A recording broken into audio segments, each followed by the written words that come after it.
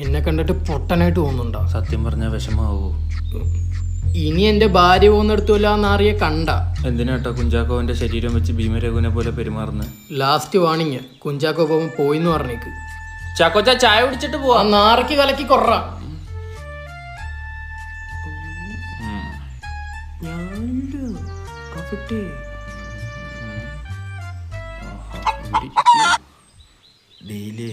പിന്നെ 50 കോടിയുടെ ബിസിനസ് ഡീലല്ലേ ഞാൻ അവിടെ നടത്തിയത്. സത്യത്തിൽ എന്നെ ആ കുട്ടി വശീകരിക്കാൻ നോക്കി, എനിക്കൊന്നും അറിയില്ല.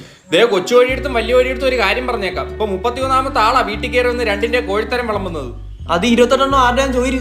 എന്റെ ഒന്നുമില്ലല്ലോ, ഈ 2 തന്തയല്ലേ നിങ്ങള്? അങ്ങനൊക്കെ ചോദിച്ചു അല്ലേ? അയ്യോ ആണ് ചേട്ടാ, എന്റേത് പ്രായത്തിന് ഞരമ്പാന്ന് പറയാം, അയഗ്രി. പക്ഷെ ഇതൊന്നും ഞരമ്പ് പൊട്ടി കിടക്കുന്ന അസുഖമാണ് മോനെ, വെരിക്കോസ്. ചികിത്സ പറഞ്ഞു തരട്ടെ? ഒരു നല്ല ഈർക്കിൽ അങ്ങോട്ട് എടുത്തിട്ട് നിങ്ങളെ പുഞ്ഞ് എന്റെ വാവല്ലാണ്ട് വരുന്നു. നിങ്ങൾ അമ്മ മരിച്ചു പോയപ്പോ നിങ്ങൾക്ക് അമ്മയുടെ ഒരു വാത്സല്യം വേണോന്ന് എനിക്ക് തോന്നി. യോ, കേരളത്തിൽ ഇത്ര അമ്മമാരുടെ വാത്സല്യം ഞങ്ങൾക്ക് വേണ്ട. ഇനി അച്ഛൻ പെമ്പിള്ളാരുടെ പിറകെ പോവൂല. ആന്റിമാരുടെ പൊക്കോട്ടെ, പോവൂല. അതെനിക്ക് ബാധകമാണോ? ഞാൻ ചോദിച്ചോറല്ല. എന്തായാലും ഇത്ര ഓവറല്ല. ഹലോ, ആ ഞരമ്പിന്റെ മോൻ തന്നെ.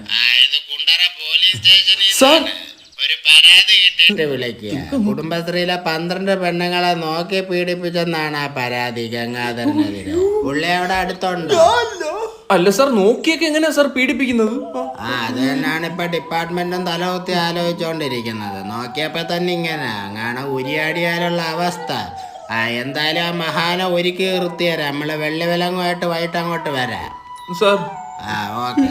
വെള്ളി വിലങ്ങുന്നു ഇല്ല, സ്വർണ്ണ വിലങ്ങ് വെച്ച് തരും. ഗംഗാധരൻ കാമനോട്ടം, ആ കാമനോട്ടം പോടാ തൊട്ടി ചാടി. ഇത്ര ആള് നാട്ടുകാർ കയറി ഇറങ്ങായിരുന്നു, ഇപ്പൊ പോലീസുകാരായി. നമ്മുടെ കുടുംബത്തിലെ ആദ്യത്തെ പെണ്ണ് സല്ലേട്ടാ. എനിക്ക് മുന്നേ അച്ഛനത് നേടി. Congrats dad. Thank you. അപ്പൊ പ്ലേയങ്ങൾ ഒരുങ്ങിയിരുന്നോ? വന്ന് ഹോൺ അടിക്കുമ്പോ പൊക്കോ. ചില്ലറ ഞരമ്പൊന്നുമല്ല കാണിച്ചു വെച്ച്. ശൈലജ, ഞാനിന്ന് ഉച്ചക്ക് വന്നോട്ടെ. വൈകിട്ട് എന്നെ കൊണ്ടുപോയൊരു സ്കൂൾ വണ്ടി വരും. ഒന്ന് മനസ്സിലാക്കി ശൈലജ, നീ അവസ്ഥ ഉണ്ടല്ലേ.